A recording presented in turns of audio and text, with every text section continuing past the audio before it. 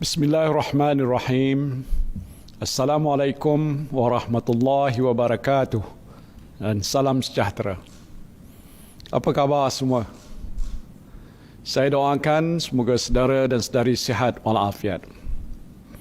Pada petang Jumaat yang lalu, saya telah mengumumkan Pelan Jana Semula Ekonomi Negara atau Penjana dengan 40 inisiatif bernilai 35 bilion ringgit untuk membantu usaha pemulihan ekonomi negara yang terjejas akibat penularan wabak COVID-19.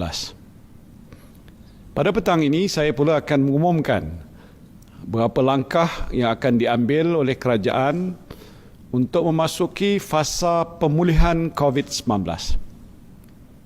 Fasa pemulihan ini adalah sebahagian daripada exit strategy ataupun strategi keluar daripada Perintah Kawalan Pergerakan yang mula dilaksanakan pada 18 Mac 2020 diikuti dengan Perintah Kawalan Pergerakan Bersyarat sejak 4 Mei 2020. Alhamdulillah, sejak PKP dan PKPB dilaksanakan, kadar jangkitan COVID-19 di negara kita menunjukkan tren yang semakin menurun. Statistik Kementerian Kesihatan pula memperlihatkan kadar jangkitan dalam kalangan rakyat tempatan semakin rendah dan terkawal. Kebanyakan kes yang dicatatkan sejak kebelakangan ini adalah kes import dan kes-kes yang melibatkan pendatang asing tanpa izin di depo-depo tahanan imigresen. Kita bersyukur kerana tindakan pantas para petugas barisan hadapan telah berjaya membendung penurunan COVID-19 dalam kalangan tahanan di depo imigresen dan keadaan pada masa ini adalah terkawal. Pada masa yang sama, kapasiti perubatan dan kesihatan awam negara kita juga berada pada tahap yang lebih baik dan meyakinkan. Dan ini menunjukkan Malaysia telah berjaya membendung penurunan COVID-19 dengan berkesan dan kini memasuki pula fasa pemulihan. Saya nak mengucapkan syabas kepada para petugas barisan hadapan dan anda semua yang telah menyumbang kepada kerajaan untuk membendung wabak COVID-19. Kejayaan ini adalah kejayaan anda semua. Anda telah memberikan kerjasama yang baik kepada pihak berkuasa dengan mematuhi semua SOP yang ditetapkan sepanjang PKP dan PKPB dilaksanakan. Oleh itu, pada petang ini saya nak mengumumkan satu berita yang agak melegakan kepada anda semua.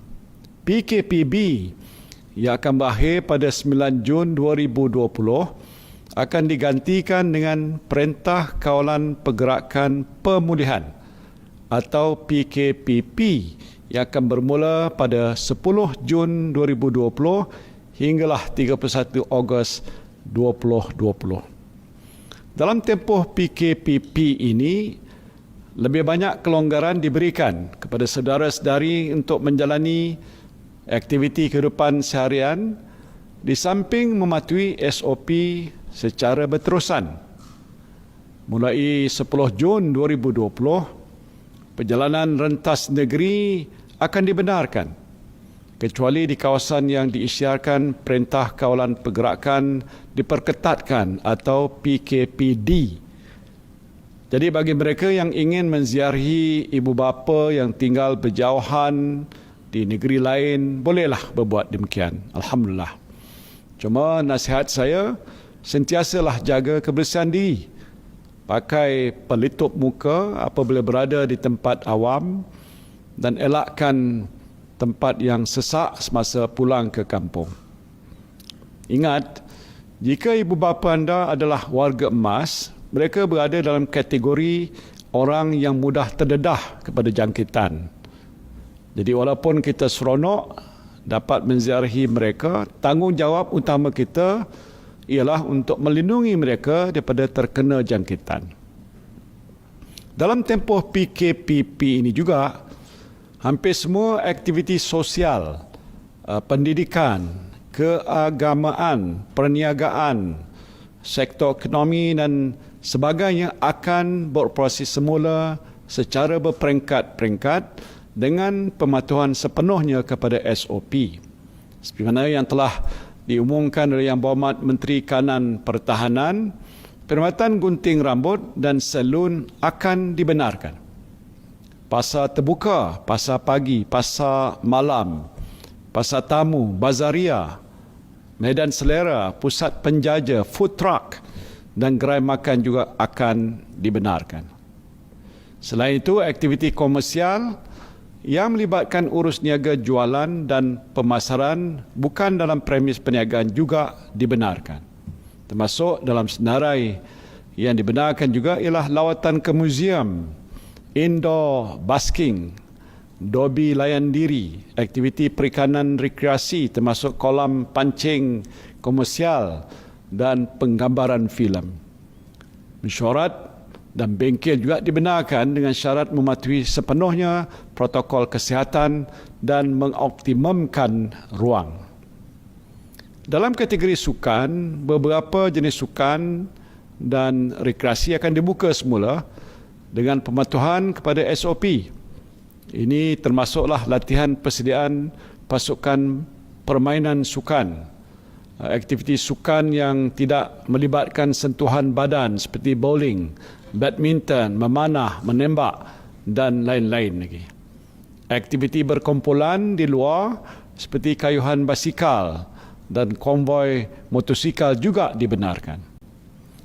Yang masih tidak dibenarkan ialah pertandingan sukan atau permainan yang melibatkan perhimpunan penyokong atau penonton yang ramai seperti di stadium, sukan renang dan kolam renang awam dan sukan bersentuhan seperti rugby, gusti, tinju, bola sepak, bola keranjang dan hoki. Selaras dengan fasa penyediaan semula ekonomi negara dan tiada lagi sekatan rentas negeri, aktiviti pelancongan domestik akan dibenarkan. Jadi saudara-saudara bolehlah membawa keluarga untuk melancong di dalam negeri dengan mengamalkan kebiasaan baru ataupun new normal setelah hampir 3 bulan tidak ke mana-mana. Bagi yang berhasrat untuk melancong ke luar negara, tunggu dulu. Kerana sempadan negara kita masih ditutup. Dalam kategori perayaan dan aktiviti keagamaan, saya nak sampaikan berita baik, iaitu sambutan Hari Raya Aidul Adha dan ibadah korban akan dibenarkan tertakluk kepada SOP pihak berkuasa agama Islam untuk solat berjemaah dan aktiviti keagamaan di masjid dan rumah-rumah ibadat pula. Kelonggaran untuk membenarkan lebih ramai jemaah hadir mengikut ruang keluasan masjid atau rumah ibadat sedang diperhalusi oleh kerajaan dan akan diumumkan sedikit masa lagi. Bagi ibu bapa yang ada anak yang bersekolah, pastinya saudara-saudari tertanya-tanya bila sekolah akan dibuka. Untuk makluman, saudara-saudari, sekolah akan dibuka secara berperingkat dalam tempoh PKPP ini setelah mendapat nasihat daripada Kementerian Kesihatan. Kementerian Pendidikan akan membuat pengumuman terperinci mengenainya sedikit masa lagi. Dalam tempoh pemulihan untuk menuju normalisasi ini, beberapa aktiviti dan sektor dalam senarai negatif semasa PKPB akan dilonggarkan atau dibuka berdasarkan SOP yang ditetapkan. Umpamanya, waktu operasi perniagaan akan kembali seperti biasa dengan pelaksanaan kebiasaan baru yang melibatkan pemilik premis dan pelanggan. Penjarakan sosial, penggunaan pelitup muka di tempat awam dan membasuh tangan menggunakan sabun ataupun hand sanitizer merupakan kebiasaan baru yang mesti kita terus amalkan.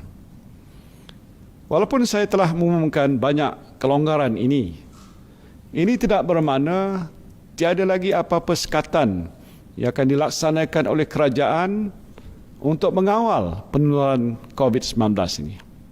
Beberapa aktiviti ataupun sektor masih dilarang. Ini termasuk pub, kelab malam, pusat hiburan, pusat refleksologi, pusat karaoke, taman timah, perarakan keagamaan dalam jumlah yang ramai, kenduri kendara, rumah terbuka dan aktiviti ataupun apa-apa aktiviti lain yang melibatkan kehadiran orang ramai yang bersesak di suatu tempat sehingga menyukarkan amalan penjarakan sosial dan juga pematuhan kepada SOP. Untuk mengetahui dengan lebih lanjut senarai aktiviti ataupun sektor yang dibenarkan dan yang tidak dibenarkan, saudara-saudari bolehlah layari laman web Majlis Keselamatan Negara. Saudara dan saudari yang saya kasihi sekalian, kerajaan akan melaksanakan PKPP dengan berteraskan 7 strategi. 7 strategi iaitu pengukuhan kesihatan awam, perundangan dan penguatkuasaan, pengukuhan kawalan sempadan, pembukaan sepenuhnya sektor ekonomi, pembudayaan kebiasaan baru, pemerkasaan tanggungjawab komuniti dan perlindungan golongan berisiko. Strategi ini akan dilaksanakan melalui jawatankuasa khas Menteri mengenai pelaksanaan PKPP yang dipengusikan oleh Yang Berhormat Menteri Kanan Pertahanan. Manakala di peringkat kerajaan negeri pula, strategi ini akan dilaksanakan melalui jawatankuasa yang diwujudkan oleh Yang Amat Berhormat Menteri Besar dan Ketua Menteri. Pelaksanaan strategi ini pastinya memerlukan kerjasama dan juga sokongan semua pihak, termasuk jentera kerajaan pusat dan negeri, pihak swasta, pertubuhan bukan kerajaan, serta pemimpin dan juga ketua komuniti. Sejak PKP dilaksanakan hampir 3 bulan yang lalu, kerajaan telah melaksanakan pelbagai strategi dan langkah yang wajar dalam menangani dan juga membendung wabak COVID-19. Banyak kawalan dan sekatan yang dikenakan ke atas saudara dan saudari sekalian. Ini tak bolehlah, ini tak boleh, itu tak boleh, semua tak boleh. Namun saya sedar kerajaan tidak boleh mengawal kehidupan saudara-saudari buat selama-lamanya untuk menghindari jangkitan wabak ini. Saya tahu saudara-saudari juga mahu menjalani kehidupan seperti biasa. Saudara-saudari ingin keluar bekerja, ingin berniaga, beriadah, lancung bersama-sama keluarga dan melakukan aktiviti-aktiviti lain dalam kehidupan seharian. Jadi kini tibalah masanya kerajaan memberikan lebih banyak kelonggaran pada saudara-saudari dengan syarat saudara-saudari mengambil tanggungjawab secara serius untuk mengamalkan kebiasaan baru kehidupan dan mematuhi semua SOP yang ditetapkan oleh kerajaan. Ini bermakna tanggungjawab untuk memastikan wabak COVID-19 kekal terkawal berada di tangan saudara dan saudari sekalian. Saya juga ingin menekankan kepentingan peranan pemimpin masyarakat, termasuk ketua kampung, ketua komuniti, pemimpin NGO dalam membendung penularan wabak ini dengan memastikan semua anggota masyarakat mematuhi SOP yang ditetapkan oleh kerajaan. Tidak kurang pentingnya ialah peranan majikan. Para majikan juga mestilah memastikan semua pekerja mematuhi SOP di tempat kerja. Jika saudara dan saudari semua terus berdisiplin dan beristiqamah, saya percaya Allah, insya-Allah, penularan wabak ini akan kekal terkawal dan kita akan memasuki fasa normalisasi selepas 31 Ogos 2020 sehinggalah vaksin untuk virus COVID-19 ini ditemui. Namun saya ingin mengingatkan, sekiranya berlaku peningkatan mendadak kes positif COVID-19 dalam tempoh ini, kerajaan tidak akan teragak-agak untuk melaksanakan perintah kawalan pergerakan diperketatkan atau PKPD di kawasan ataupun lokaliti yang berkenaan. Saya harap kita semua sentiasa berdisiplin supaya peningkatan kes COVID-19 ini dapat kita elakkan.